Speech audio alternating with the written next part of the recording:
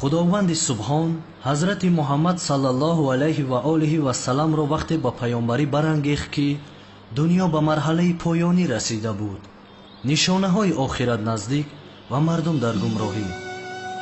در این هنگام خداوند حضرت محمد صلی الله علیه و آله و سلام را پیام رسان و برای مسلمان ها سربلندی قرار داد.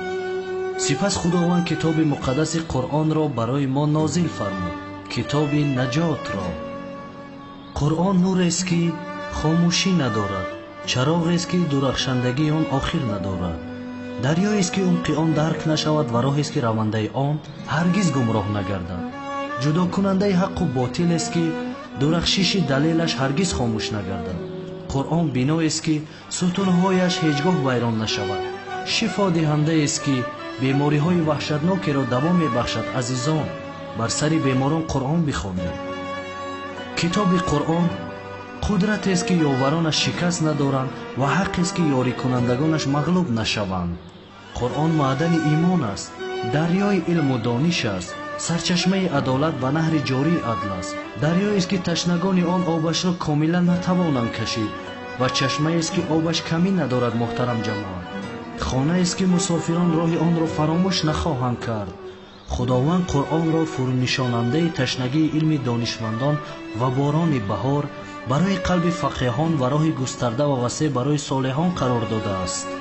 عرب ها پیش از نزول کتاب قرآن شما میدانید که دخترهایشان را زنده به زنده میگراندند. برادر، این بی خدا و بی دین ها را بینه. انسان فرزند خودش را زنده میگراند مگر؟ خداوند با فرستادن این کتاب مقدس همه رسم و آیین ناپاک زمان جاهلیت را از بین برد. قرآن این قانون خدا در روی زمین است، پس با آن عمل کنید. مرحمت است، رحمت است برای کسانی که از آن پند میگیرند.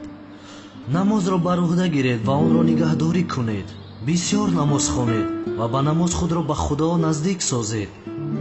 نماز دستوری است که در وقتهای خاص بر مؤمنان واجب شده است و کوشش کنید که آن را ترک نسازید و همیشه برپا دارید. آیا به جواب دوزخیان گوش نمیدهید؟ آن هنگام که از آنها پرسیدند چه چیز شما را به دوزخ کشاند، آنها گفتند افسوس که ما از جمله نمازگزاران نبودیم.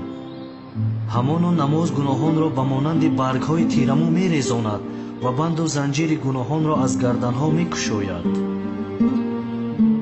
محترم جماعت، تماشای بازی فوتبال و فیلم‌ها و سامانه‌های اینترنتی ساعت‌های دراز دوام می‌کند، اما نماز بیش از 10 دقیقه وقت را نمی‌گیرد. قرآن را نه تنها تلاوت کنید بلکه با آن عمل نمایید. خداوند ما را از جمله حافظان قرآن و نماز را برپا دارندگان قرار بدهد. محترم جماعت، انشاءالله.